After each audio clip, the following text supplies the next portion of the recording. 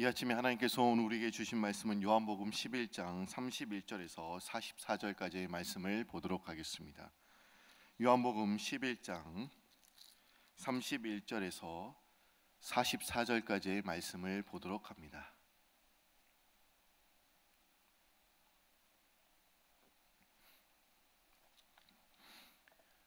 요한복음 11장 31절부터 44절까지의 말씀을 보도록 하겠습니다. 다 찾으신 줄 알고 한 절씩 교독합니다. 마리아와 함께 집에 있어 위로하던 유대인들은 그가 급히 일어나 나가는 것을 보고 곡하러 무덤에 가는 줄로 생각하고 따라가더니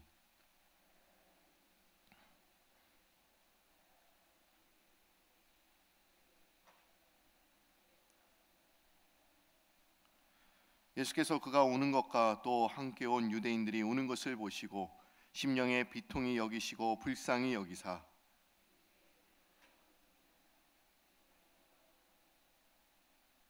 예수께서 눈물을 흘리시더라.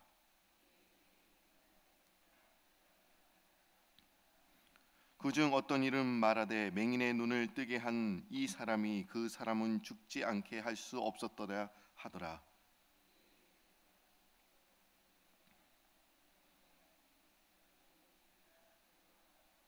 예수께서 이르시되 돌을 옮겨 놓으라 하시니 그 죽은 자의 누이 마르다가 이르되 주여 죽은 지가 나흘이 되었음에 벌써 냄새가 나나이다.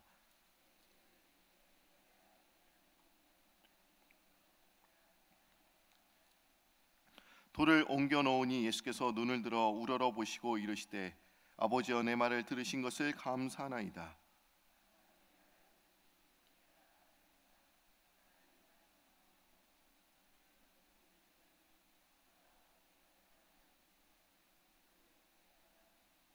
이 말씀을 하시고 큰 소리로 나사로야 나오라 부르시니 죽은 자가 수족을 배로 동인 채로 나오는데 그 얼굴은 수건에 쌓였더라.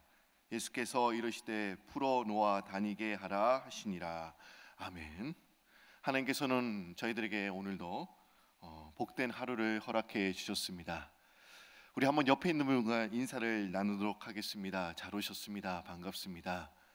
오늘도 주님의 은혜가 가득 넘치기를 바랍니다. 미국의 한 연구센터에서 남자가 여자보다 평균 수명이 짧은 이유가 남자가 덜 울기 때문에 그런 것이다라는 그런 그런 발표가 있었습니다.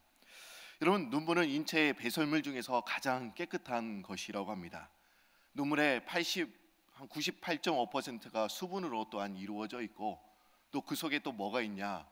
나트륨도 들어있고 칼륨 등이 포함되어 있다라고 이야기를 합니다. 그래서 우리가 눈물이 입안에 들어왔을 때 우리가 그 맛을 우리가 잠깐 어렸을 때 여러분들이 맛보았을 거예요. 어떤 맛이었습니까?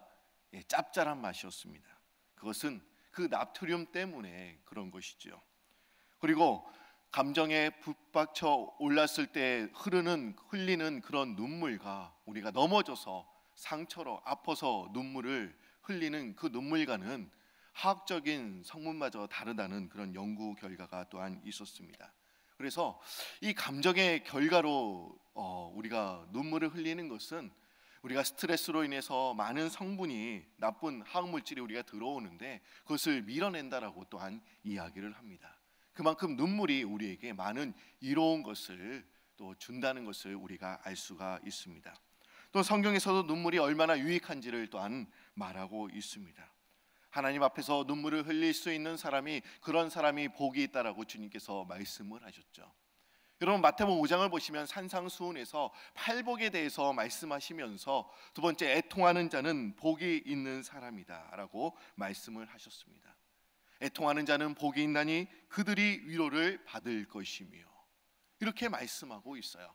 그만큼 눈물이 우리에게 얼마나 유익한지에 대해서 말씀하고 있지요. 신약 성경에 보시면 예수님께서는 3번 우셨다라고 기록되어 있습니다. 언제 우셨습니까? 예수님께서는 십자가에 달리신 전날 밤에 겟세마네 동산에서 계셨습니다. 겟세마네 동산에서 이제 기도하시면서 소리를 내어서 우셨음을 우리가 알 수가 있습니다. 왜? 예수님께서는 겟세마네 동산에서 왜 우셨습니까? 예수님께서는 스스로 도저히 구원받을 수 없는 인간의 죄악을 생각하시면서 우리의 죄악, 그 죄악을 보시면서 우셨음을 우리가 알 수가 있습니다. 두 번째로는 언제 우셨습니까? 예루살렘 성을 이제 바라보시면서 예수님께서는 우셨습니다. 이제 감람산에서 이제 예루살렘 성을 이제 쳐다보시면서 이제 멸망할 그 예루살렘 성을 바라보시면서 우셨음을 우리가 알 수가 있는 것이죠. 이것은 나라와 민족을 생각하시면서 우신 것입니다. 그리고 오늘 본문 말씀에 세 번째로 무덤에 있는 죽은 나사로를 위해 눈물을 흘리셨음을 우리가 알 수가 있습니다. 왜 예수님께서는 눈물을 흘리셨을까요? 무엇이 예수님을 울게 했습니까? 나사로에 대한 사랑 때문에 우셨습니까? 나사로가 죽었기 때문에, 그 슬픔 때문에 우셨을까요? 오늘 요한복음 11장 33절 말씀을 보시면 이렇게 이야기하고 있습니다. 예수께서 그가 우는 것과 또 함께 온 유대인들이 우는 것을 보시고 심령에 비통히 여기시고 불쌍히 여기사. 예수님께서 흘리신 눈물은 어떤 눈물이냐? 비통한 눈물이었다라고 지금 이야기하고 있습니다. 이 눈물은 격렬한 불쾌감을 이제 가리킬 때 흘리는 눈물을 말합니다. 기가 막히고 화가 나고 안타까운 심정으로 지금 눈물을 흘리고 있는 것을 우리가 알 수가 있습니다. 사람들이 죽음의 권세에 눌려서 이제 괴로워하고 힘들어하는 그 모습을 보시면서 지금 예수님께서는 지금 비통한 눈물을 지금 흘리고 계시는 것입니다. 죽음과 사망의 권세 앞에 무릎을 꿇고 괴로워하는 그 인간들의 모습, 사람들의 모습을 보면서 지금 비통히 눈물을 흘리고 계시는 것입니다. 여러분, 우리도 인생이 잘 풀리지 않고 괴로워할 때 여러분들 어떻게 하십니까?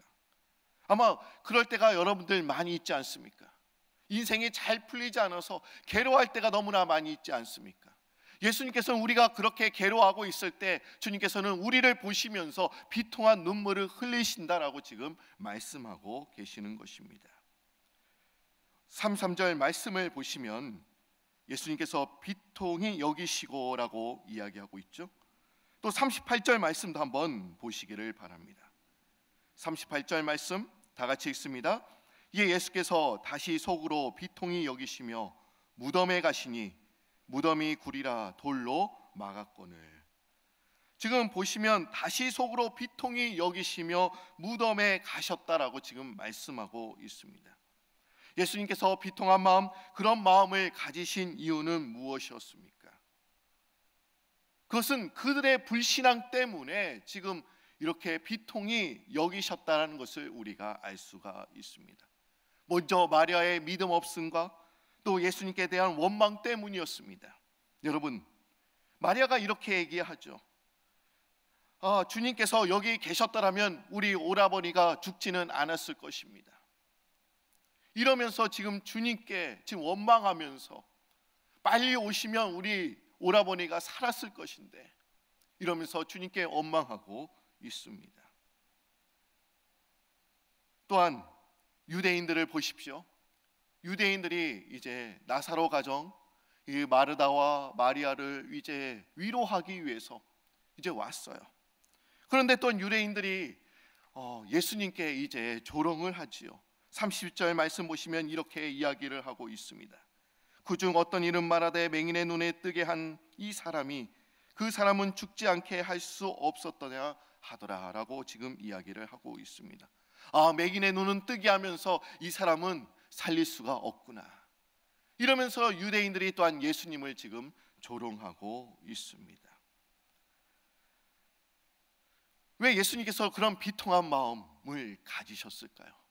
비통히 여기시면서 지금 왜 눈물을 흘리고 계십니까? 마리아 또한 마르다, 많은 사람들이 예수님의 말씀을 또한 믿지 않았습니다. 그리고 예수님께 지금 원망하고 있습니다.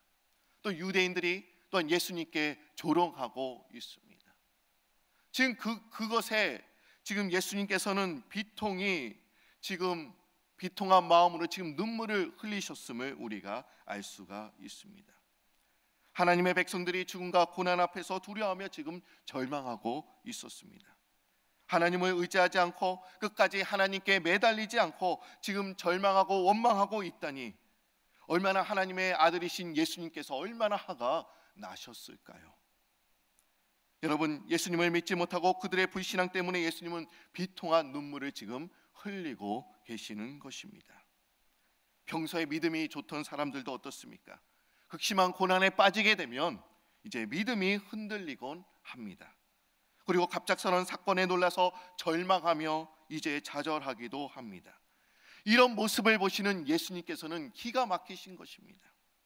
그런 하나님의 자녀들의 불신앙 때문에 쓰러져 가는 그런 모습을 보면서, 그리고 믿음의 사람들이 조롱을 당하고 하나님의 영광을 가리는 것을 보면서 지금 예수님께서는 비통한 눈물을 지금 흘리고 계시는 것입니다.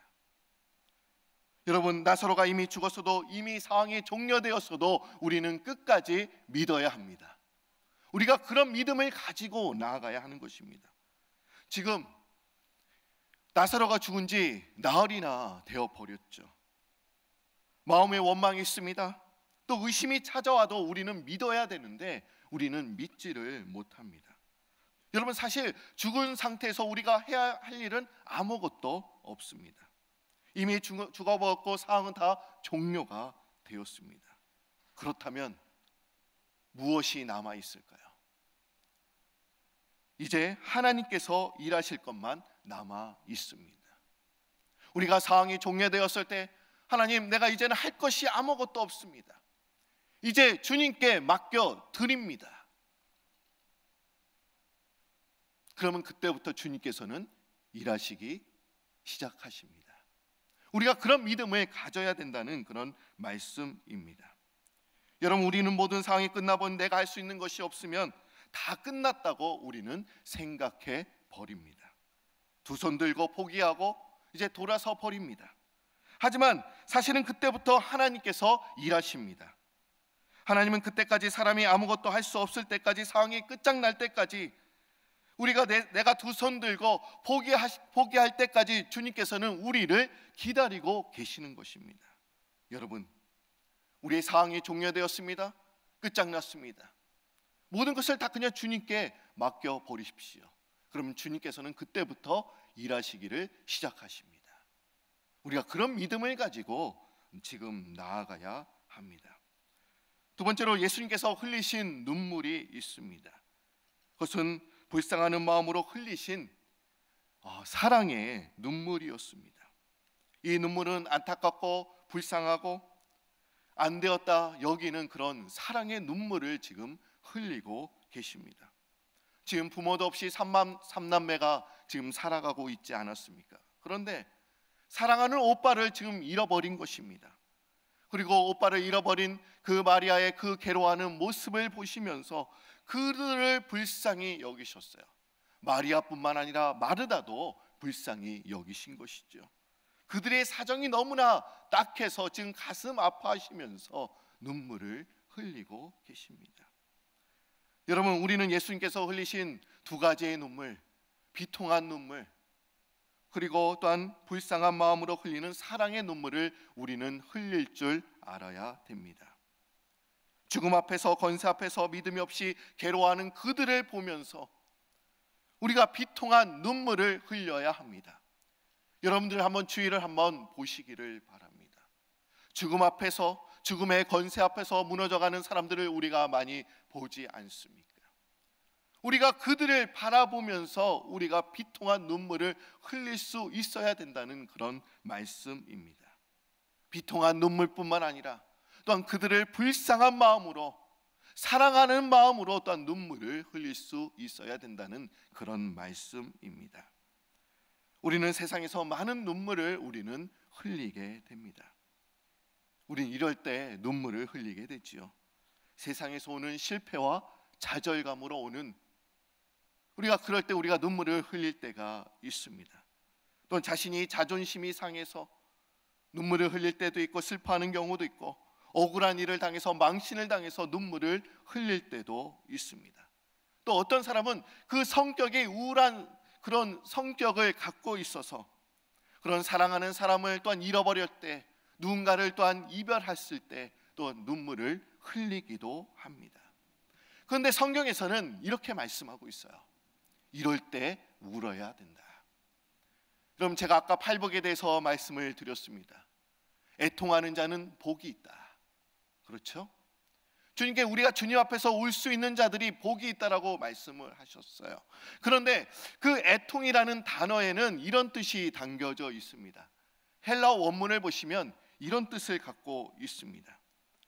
자신 안에 있어야 할 어떤 중요한 것이 없기 때문에, 그리고 없어야 할 것이 우리 안에 있기 때문에 아파하는 것, 그것이 애통이다라고 이야기를 하고 있습니다. 이것을 다른 의미로 말씀을 드리면, 나에게 예수님의 성품이나 마음이 있어야 됩니다. 그런데 그런 것은 없어요. 그런데 없어져야 할 죄악과 악이 내 마음 가운데 가득 차 있다고 한다면 우리는 그것 때문에 슬퍼하며 울어야 된다는 그런 말씀입니다. 한번 여러분들 자신을 한번 살펴보시기를 바랍니다. 내 안에는 예수님의 말씀과 또 마음과 예수님의 그런 성품으로 가득 차 있습니까? 그런 것들은 하나도 없고 내 안에 죄악으로 가득 차 있다고 한다면 우리는 그것 때문에 슬퍼해야 된다는 그런 말씀입니다. 내 자신이 믿음 없이 살아가고 죄과 악이 있는 것을 보면서 아파하면서 우리가 눈물을 흘릴 수 있어야 된다는 그런 말씀입니다. 오늘 말씀 보시면 예수님께서는 이렇게 비통히 여기시면서 이제 무덤으로 가셨습니다. 그리고 무덤을 돌로 막은 것을 보시고 그 돌을 옮겨 놓으라라고 주님께서는 말씀하고 계십니다. 아마 생각지 못한 말씀이었습니다. 우리 31절 말씀을 보시면 왜 예수님께서 왜 그쪽으로 가셨는지, 왜 돌 무덤으로 가셨는지를 우리가 알 수가 있어요. 마리아는 또한 이렇게 생각을 하죠. 31절 말씀 보시면 여러분들이 한번 읽어주실까요? 시작.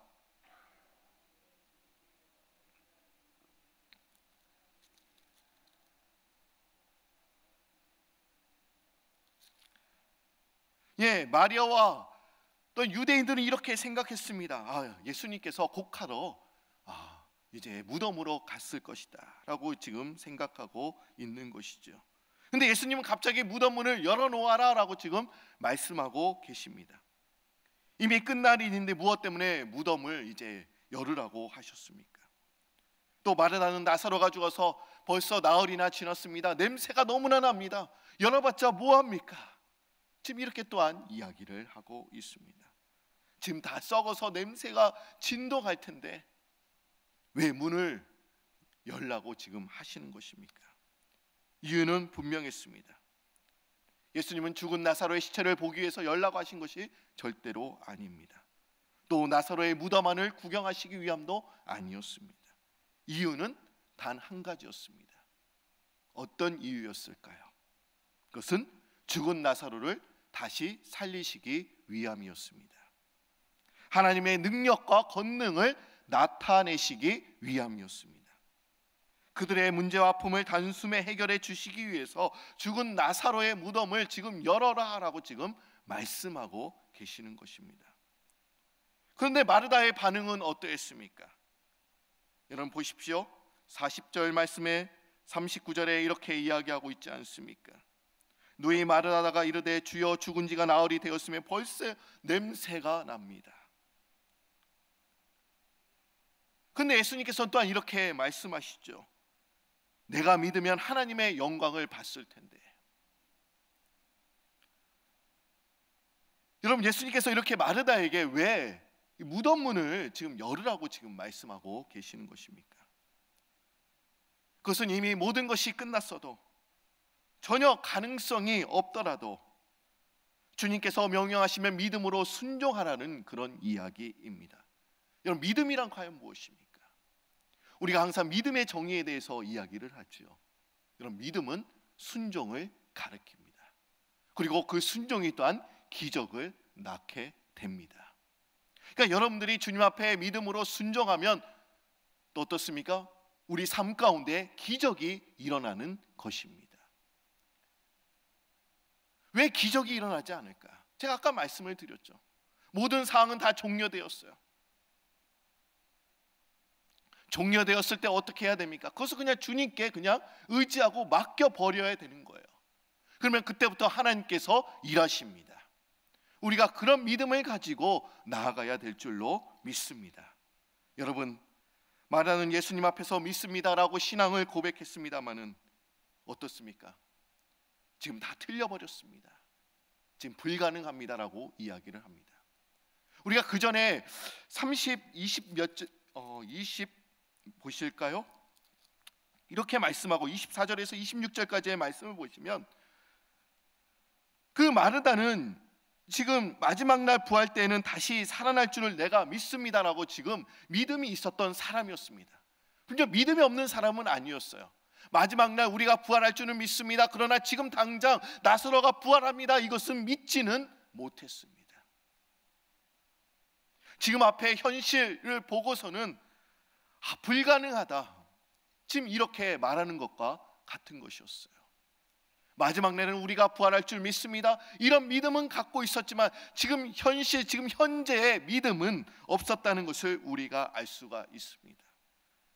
이런 마르다의 모습이 바로 우리의 모습이기도 합니다.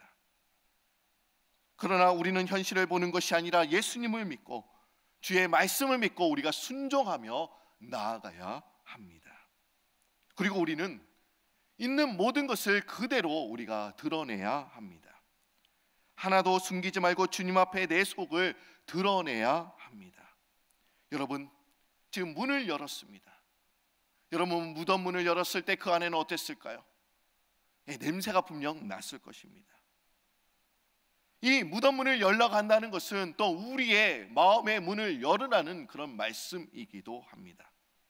냄새나고 썩어버린 내 심령의 모습, 내 삶의 모습, 현실의 상황을 감추지 말고 모두 주님 앞에 내어놓으라는 그런 말씀이기도 합니다. 우리가 하나님의 능력과 기적과 승리를 우리가 경험하기 위해서는 어떻게 해야 됩니까? 보이고 싶지 않은 나의 부끄러운 모습, 냄새나는 모습을 우리가 보여야 된다는 그런 말씀이기도 합니다.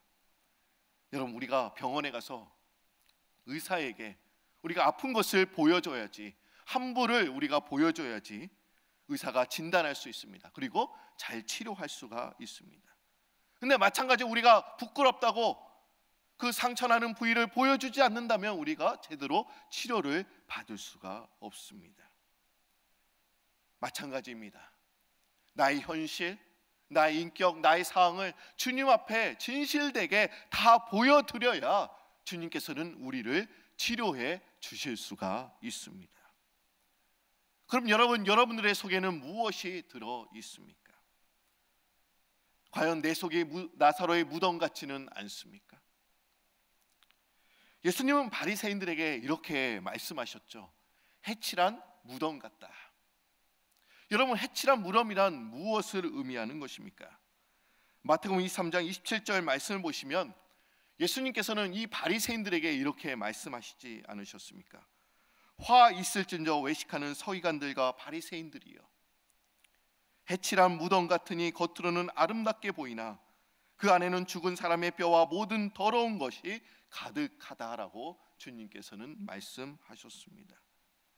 여러분, 해칠한 무덤이란 예루살렘 근처에 공동묘지가 있습니다.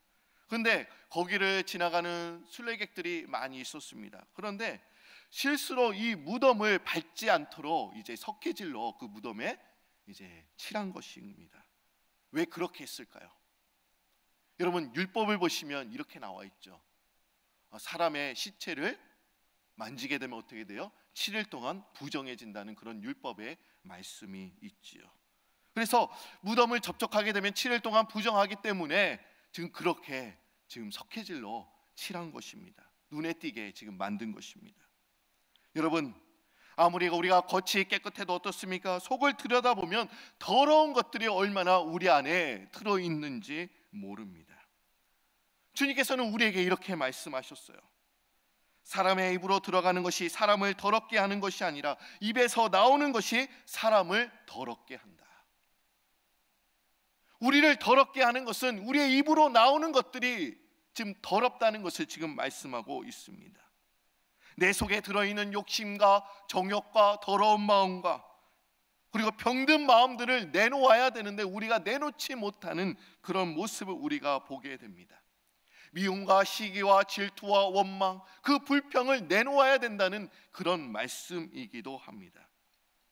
뿐만 아니라 나의 현실의 문제와 아픔, 비참한 모습들을 주님 앞에 진실되게 다 내놓아야 된다는 그런 말씀이기도 합니다. 여러분, 이 모든 것을 주님 앞에 내놓는 여러분들이 되시기를 바랍니다. 냄새가 나더라도, 보기가 안 좋더라도 전능자이신 능력자이신 그 하나님 앞에 우리가 진실하게 다 내놓을 때 주님께서는 우리를 고쳐주시고 우리를 또한 깨끗하게 해결해 주실 줄 믿습니다. 여러분, 오늘 예수님께서는 눈물을 흘리셨습니다. 그 눈물에는 의미가 있었습니다. 두 가지 눈물을 흘리셨죠. 비통히 여기시며 비통한 눈물, 그리고 한 영혼을 사랑하는 사랑의 눈물을 또한 흘리셨습니다. 여러분, 우리는 왜 울어야 하는 것입니까? 우리는 예수님의 성품이 우리 가슴에 가득 차야 되는데 그렇지 못하는 거예요. 예수님께서 인내하시고 순종하시고 사랑하시고 긍휼한 마음, 이런 것들이 우리에게 가득 차 있어야 되는데 내 안에는 그런 것들이 하나도 없습니다. 근데 없어져야 할 그런 죄과 악이 얼마나 가득한지, 시기와 미움, 질투, 하나님, 우리가 이 나의 모습을 바라보면서 우리가 슬퍼하며 아파야 되는데 우리가 그러지를 못합니다. 오늘 말씀처럼 우리가 예수님처럼 두 가지 그런 눈물을 여러분들이 흘리시기를 바랍니다. 예수님을 믿지 못하는 그 사람들을 보면서 비통한 그런 눈물을 흘리시기를 바랍니다. 그러면서 동시에 또 예수님께서는 모든 영혼을 사랑하셨기에 우리가 한 영혼을 바라보면서 긍휼히 여길 수 있는 또한 사랑의 눈물을 흘리시기를 바랍니다. 여러분, 또한 내 속에 있는 더러운 욕심, 그런 죄악, 미움, 시기, 질투, 그 불평, 원망 등을 주님 앞에 진실되게 내놓고 주님 앞에 기도하는 여러분들이 되시기를 바랍니다. 오늘 우리가 나사로에 대해서 우리가 잠시 말씀을 나누었습니다. 분명 그 가정, 마르다, 마리아, 나사로가 갑자기 죽지 않았습니까? 아마 마리아와 마르다의 그 마음이 어떠했을까요? 아마 주님께 원망하며 지금 슬퍼하며 지금 주님 앞에 아마 이렇게 아뢰고 있지요. 그러나 그런 가정을 주님께서는 오늘 말씀을 보시면 늦게 도착하셨어요. 분명 나사로가 지금 병이 들었다는 소식을 알았습니다. 그럼에도 불구하고 이틀을 더 유하시고 또한 가셨어요. 그 베다니 동네로 가셨습니다. 그리고 나사로를 고치기 위해서 가셨지만 벌써 나사로는 죽어 버렸습니다. 그러면서도 주님께서는 그 가정을 또한 위로하시면서 또한 나사로를 또한 살려 주셨습니다. 우리가 이런 모습을 보면서 그 무덤 문을 여라고 주님께서 또 말씀하시면서 그 무덤에 어떻습니까? 냄새나고 더러운 것들이 많이 있었던 것처럼 또 우리의 마음도 그렇다는 것을 또한 우리가 알게 되었습니다. 오늘 말씀처럼 우리 마음에 있는 더러운 것들 주님 앞에 진실되게 다 내어놓으면서 주님 앞에 아뢰는 여러분들이 되시기를 바랍니다. 나의 현실의 문제, 아픔, 비참한 모습, 그런 것들을 진실 앞에 다 내어놓으면서 주님 앞에 간절히 기도하시는 여러분들이 되시기를 바랍니다. 제가 기도합니다.